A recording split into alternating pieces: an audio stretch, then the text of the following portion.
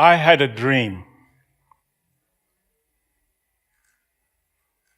When I was growing up, my dream was that one day I would grow to be tall, dark, and handsome.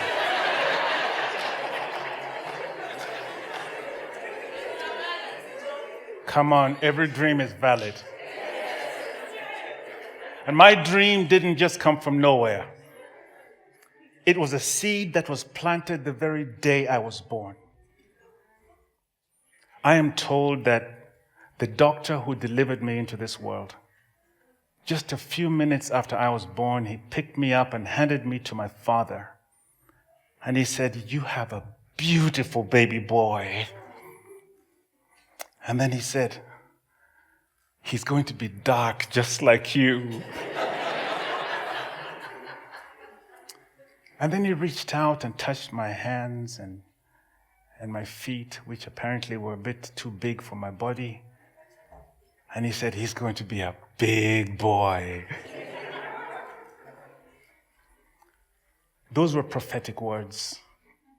That doctor perhaps didn't know what he was saying, but he was speaking into my life. He was speaking into my destiny.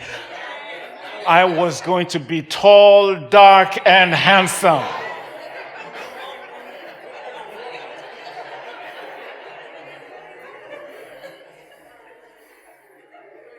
Something happened along the way.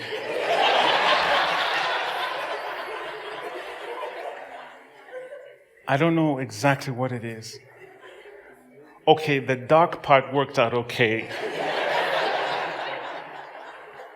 In fact, I'm the darkest person in my family.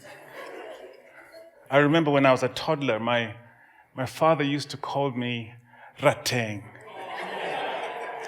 That's a Luo word which literally means black. Come to think of it, I don't know if he was complimenting me or... But anyway, as I began to grow up, I noticed that nickname was sort of fading away, and my aunties, my uncles, my grandmother, even my father were calling me Nyadundo. Nyadundo is another Luo word. It means the short one.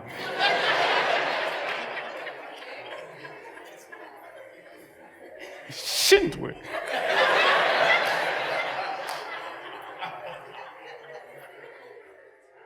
I was going to be tall, dark, and handsome.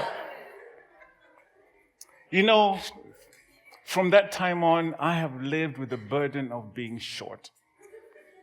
Being short is not nice. You know, people don't respect short people. Can we talk? Short people don't get the respect they deserve. My whole life, I mean, the other day I was looking at old pictures. This is an album I was looking at all these group pictures since I was a kid, and I was always in the front. Not because I'm important, because I'm short. And so it was as I was now beginning to grow up, and I wanted to be like other boys. You know, I wanted to play sports and be on the teams.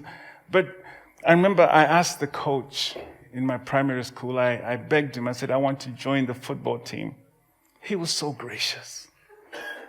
He asked me, "What position do you want to play?" I said, "I want to be the goalkeeper." So he said, "Okay, I'm going to let you play in the next game." I practiced, let me tell you. And I used to be very acrobatic. You know, I was really very agile and athletic. I think you would be very impressed how I could dive, and I wasn't afraid to fall. So the game came. And I did exactly what I had practiced. I was diving like crazy. I was flipping around every time they shot. The only problem was they kept scoring over my head like that.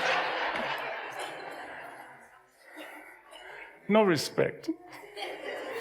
Finally, he got another position for me. Linesman.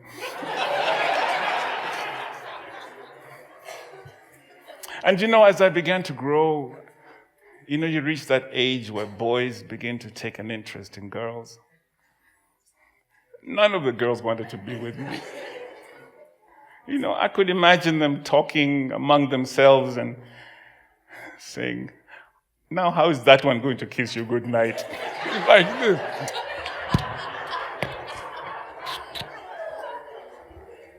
No respect. No respect for short people. But it wasn't all bad. Something happened in the late 70s. Something happened that profoundly impacted upon my life. I'm not much for fashion, to be honest, but I don't know how many of you remember the platform shoes. You remember the platform shoes? Men used to walk around with shoes with heels this big. And let me tell you, for the first time in human history, short people could rise up and walk around with some dignity. So I went out and I bought my first pair of platform shoes.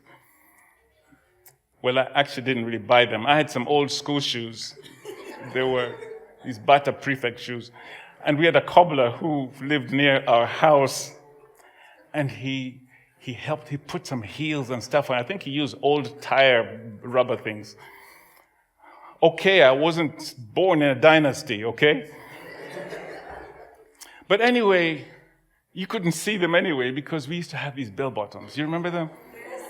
These tight trousers, and then they open up here. And if you had them long enough, it didn't matter what your shoes looked like, I was, let me tell you, I was looking good. And then you had the silk shirt with the buttons like that.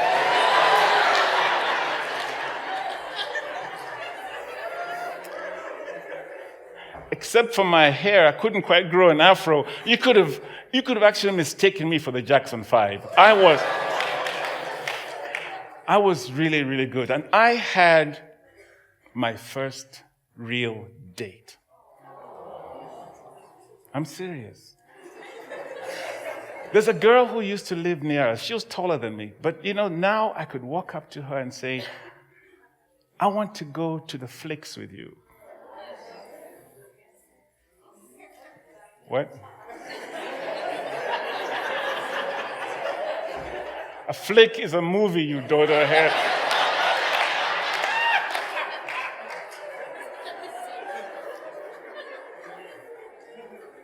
So she accepts to go to this flick with me.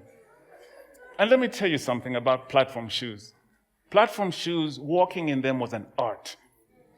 You don't just walk like this, With platform shoes, you had to balance yourself, because you could break your ankle. You had to. Almost like in slow motion, And so anyway, I invited this girl to go to the flicks, and we agreed to go to Nairobi Cinema. That was the place to be. And Nairobi Cinema has these stairs that go up and then to the floor where the movie hall is. And that's where we met. She was so beautiful. I wanted to hold her hand, but I was so scared. So I just said, let's go up. And we walked up the stairs, and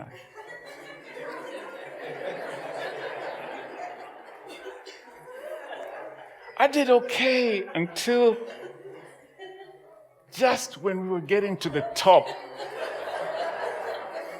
I stumbled. And the gum that was holding, I'm serious. Please don't laugh. The gum that was holding one of my heels came off, and my platform went running down the stairs So there I was standing there like this,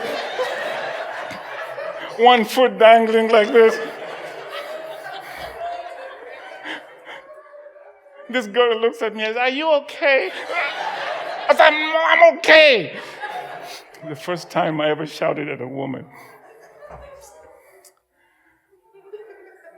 I want to tell you, I passed away that day.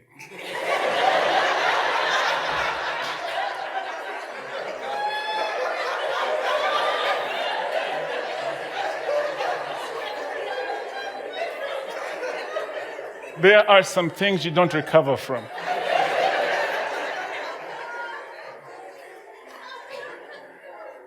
No respect. Let me tell you, even into my adult life,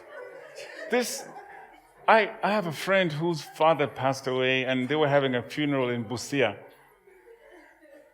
And so I said, let me go support my friend. So I hired a car, and I hired a driver. We drove all the way to Busia. This is a big, burly Luya guy. And just as we were driving into the compound, there weren't many cars. There's one of these rural funerals where, anybody with a car is a mheshimiwa, So as we were coming in, I heard the loudspeaker, the guy who was talking through the PA system saying, "Please make some room for our visitors who are arriving." So we came into the compound, we parked, we got out of the car, and somebody comes running around the corner to receive us. And he goes past me to the driver. "Hello, mheshimiwa, karibu sana." Then he turns to me and says, "Please park the car." No respect. But it wasn't all bad. I visited South Sudan. Has anybody here been to South Sudan?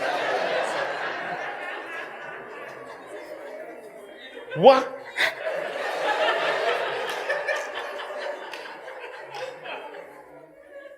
Those guys are not just tall, they are long. And I found a new meaning to the word rateng.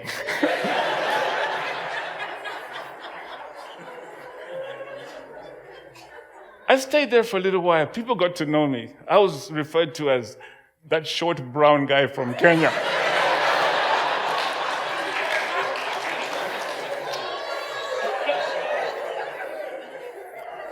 But there was one event that I think was a pivotal moment for me. I was standing at a podium at a meeting where I was a guest speaker. It was a government meeting, so there were all these people there, the tall, lanky men and women, leaning forward. And as I spoke, I'm seeing them writing notes, copious notes, nodding their heads. And I'm thinking, look at these tall, dark people respecting me so much. This short brown guy from Kenya. And I began to think, wow, how common it is that so often we spend our lives looking for something, trying to get a hold of something, and not realizing what you do have. Just this week, I spent a couple of hours with a young lady who was explaining to me in tears the horrible relationship that she has had with her dad. And she went on and explained just how bad it was, but I was just so impressed. At the end of it, in so many words, she said, "It is what it is." She was basically saying, I need to move forward with what I have, not what I don't have. You had the dream wedding, but the marriage fell apart. I'm sorry, but it is what it is. And so I began to realize, I'm never going to be tall. It is what it is. I am what I am.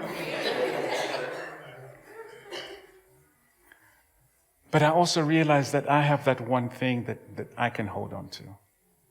The one thing that is mine, that that I can say, I may not have this, but this I have. And I'm sure most of you will agree with me. I'm very handsome.